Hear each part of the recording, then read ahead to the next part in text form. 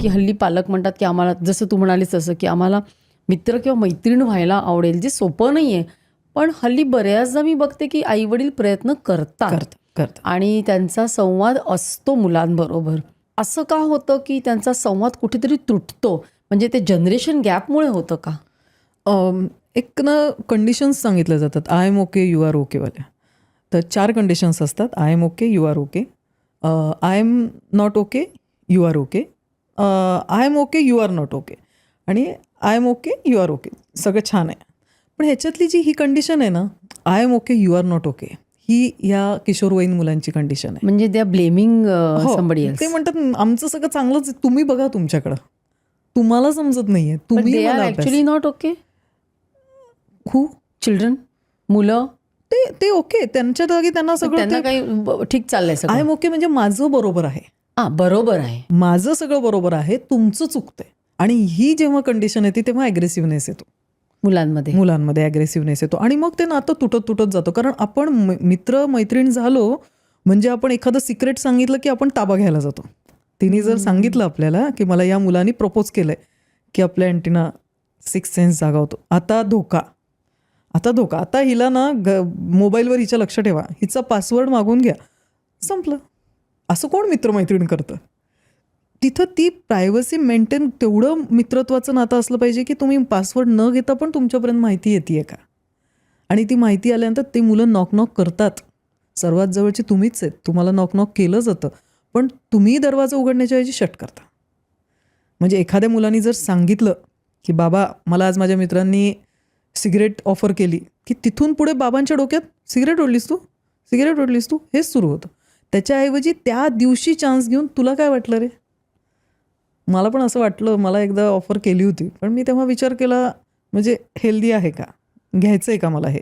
माझ्या मनात आलंच होतं बरं का, टेम्पटेशन होतच होते, वय तुमचं टेम्पटेशन व्हायचं, पण ते टेम्पटेशन्स टाळणं मी असं केलं होतं.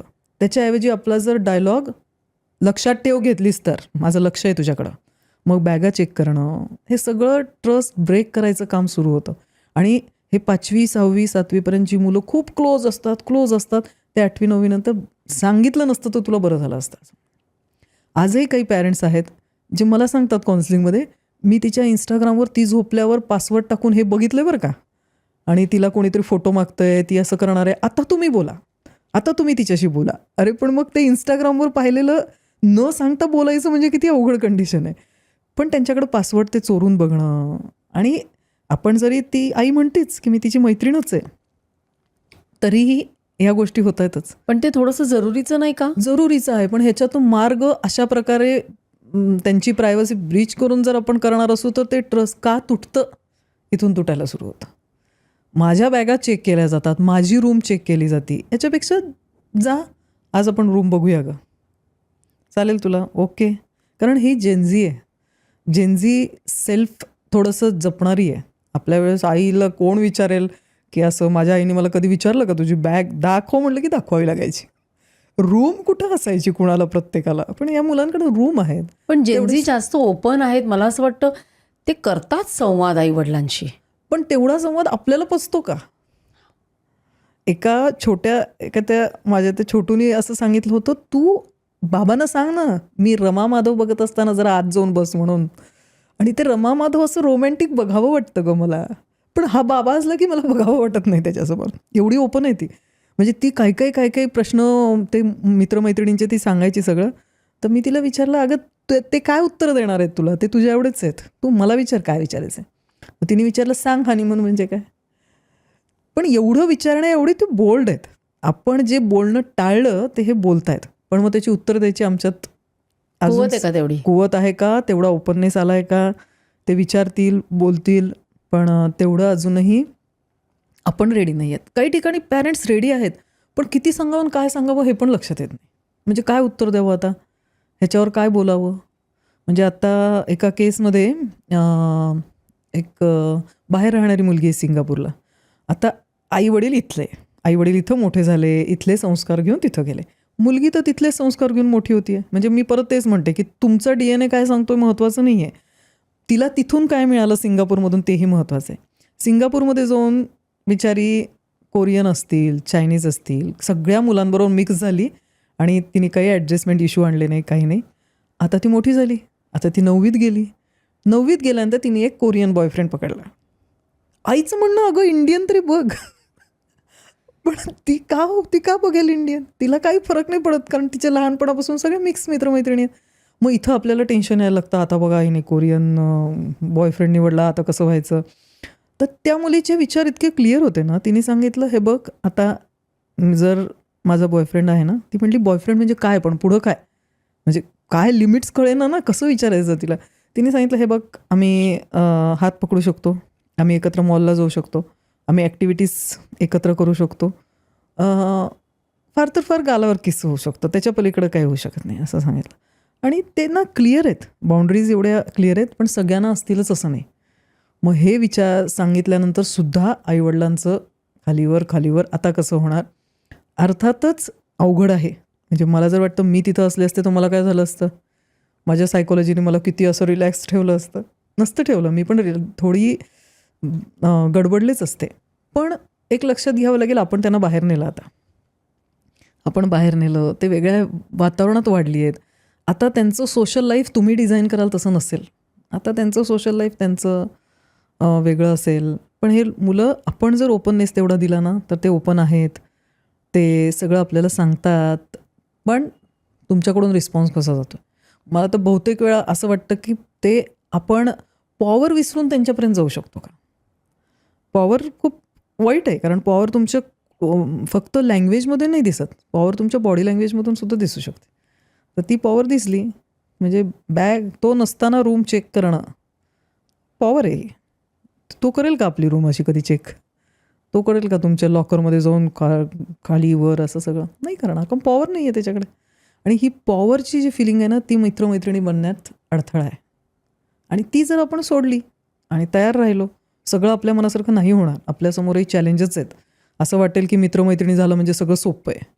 सोपं नाही आहे. उलट ते पालकांच्या अधिकार जेव्हा होते, बस म्हटलं की अभ्यासाला बसावं लागायचं. आता 100 वाक्य मित्रत्वाच्या नात्याने बोलावं लागतं, तेव्हा मुलं एकदा समोर बसतं. आणि मग पालकांना वाटतं जाऊ दे तिकडं ते मित्रत्व, ते मी सांगतो ना बस अभ्यासाला, म्हणजे बस. हाही एक भाग आहे ज्याच्यानी, म्हणजे हे अडथळे दिसतात मला. पालकांना मित्र होण्यात जे अडथळे येतात ना, ते हे सगळे अडथळे आहेत. म्हणजे ते दोन्ही बाजूनी आहेत. मुलं प्रयत्न करतात, ते झेपत नाही. एक गोष्ट, तेवढं ओपनली आपल्याला बोलायला जमत नाही, ही पण दुसरी गोष्ट.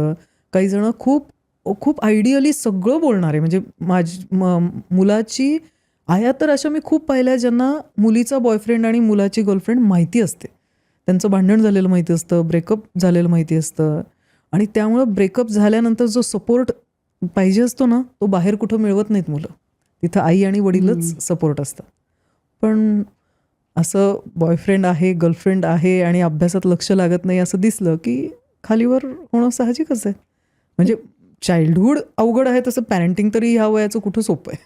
ही अवघड आहेच आहे. म्हणजे मिलेनियल्स किंवा जेनझी ह्यांचं पालक होणं कठीणच आहे, नाही का? हो.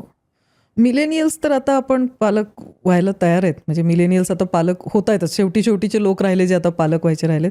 पण आता जे येत आहेत ते जेनझीच येत आहेत. आणि जेनझी आणि आपल्यामध्ये खूप अंतर आहे. तुला मिलेनियल्स आणि जेनझीमध्ये मेंटल त्यांच्या सेटअप म्हणा किंवा त्यांच्या थॉट प्रोसेसमध्ये काय फरक जाणवतो दोघांमध्ये? मिलेनियल्स आणि आपण जर मागचे ते काय जेनेक्स जे होते, ते जेनेक्समध्ये फार अंतर नव्हतं. व्हॅल्यूमध्ये थोडं फार फरक झाला. बाकी ड्रेसिंगमध्ये चेंज झाले, थोडे लांब जायला लागले, पण असं काही फार व्हॅल्यू वाईज फार फरक पडले असं काही झालं नाही. पण इंटरनेटमुळं खूप सारं मटेरियल समोर आलं, वेबसिरीज समोर आल्या, व्हॅल्यूज बदलल्या. हा जेनझी आणि मिलेनियल्समधला मेन संघर्ष आहे. माझ्या आईवडिलांना मला, म्हणजे माझी आई साडी नेसत असेल आणि मला ड्रेस घालायला मिळाले. माझ्या आईला 6 वाजायच्या आत घरात यायला लागत असेल, मला 8, 8:30 चाललं. ह्याच्या पलीकडे काही त्यांना फार चॅलेंज आले नाही. त्यांच्या आईवडिलांचं त्यांनी ऐकलं, आम्ही त्यांचं ऐकलं. मिलेनियल्सनी ऐकलं. मिलेनियल्स पालक म्हणजे पाल्य म्हणून सोपे होते.